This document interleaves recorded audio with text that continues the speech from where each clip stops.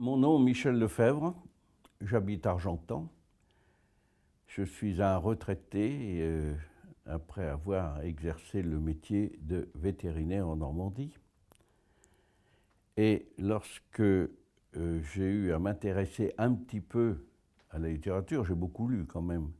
Quand j'ai eu un petit peu à m'intéresser, c'est surtout la poche de Chambois. Je dis bien de Chambois, le petit carré de 12 km sur 12 qui a retenu mon attention, et l'essentiel de ce que j'écris maintenant, c'est sur la guerre. Mais le livre dont je vais vous parler est aussi un livre de guerre, puisque allant en Algérie, bien malgré nous, c'était l'époque du service militaire imposé, je suis arrivé à Alger avec l'avant-dernier bateau, le fameux 10 mai 1958, et cet avant-dernier bateau allait nous couper totalement, étant donné que la ville d'Alger était en révolution, et elle est restée un certain temps, c'est-à-dire jusqu'à l'arrivée, le retour, disent certains, du général de Gaulle.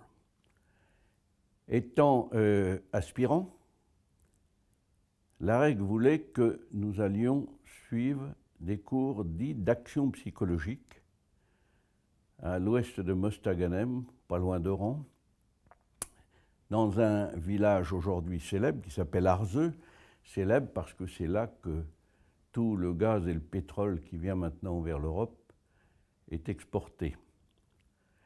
Et c'est dans ces conditions que des gens nous ont, on peut dire, lavé le cerveau, c'était leur rôle, et je citais les noms, des gars comme Argout et Lacherrois, c'est-à-dire ceux qui ont créé l'OAS après, nous ont donné, à titre d'exemple pour montrer la puissance de l'action psychologique, ce livre qui m'a extrêmement marqué, ce pavé de 600 pages, et qui m'a d'autant plus marqué que tout ce qui se passe aujourd'hui, même quand nous votons, tout ce qui se passe quand on parle d'action psychologique pour faire de la publicité, par exemple, eh bien, tout cela est contenu dans ce bouquin. Bien sûr, c'est basé essentiellement sur la politique, le viol des foules par la propagande politique. Mais la mécanique est la même dans tous les cas. Et c'est assez grave quand même, parce que même quand on vote, on n'est pas sûr de ne pas avoir été violé. Je dirais même, moi, que je suis sûr qu'on a été violé quand on fait son choix. Voilà. Ce livre a déjà une histoire quelque peu mouvementée. Déjà, l'apparition de sa première édition en France en 1939, 2 mois avant la guerre, ne s'est pas faite sans incident. Après toutes les corrections, l'auteur reçut les dernières épreuves pour signer le bon à tirer. Ces épreuves n'étaient pas accompagnées des épreuves corrigées précédemment. Et à sa grande stupeur, il constata que le livre avait été entre-temps censuré, en France, où la censure n'existait pas. Tous les passages désagréables à messieurs Hitler et Mussolini y étaient supprimés, et ceci 2 mois avant la guerre.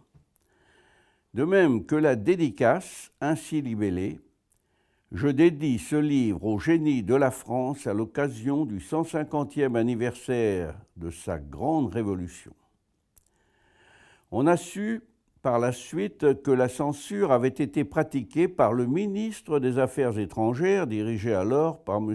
Georges Bonnet.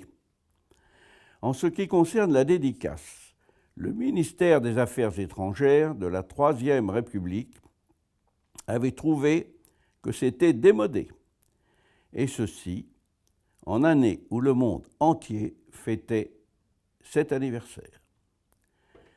Sur sommation de l'auteur, qui, fort de la loi française, a réagi, les phrases et les idées supprimées furent remises en place et le livre parut sous la forme d'origine. Mais 2 mois après sa parution, alors que la guerre était déjà déclarée, la police de Paris faisait une rave du livre dans les librairies. Enfin, en 1940, les Allemands ayant occupé Paris confisquèrent ce livre et le détruisirent. Entre-temps, des éditions anglaises, entre autres une édition populaire faite par le Labour Party, des éditions américaines et canadiennes, ont répandu les idées énoncées, et après la guerre, une nouvelle édition française s'imposa.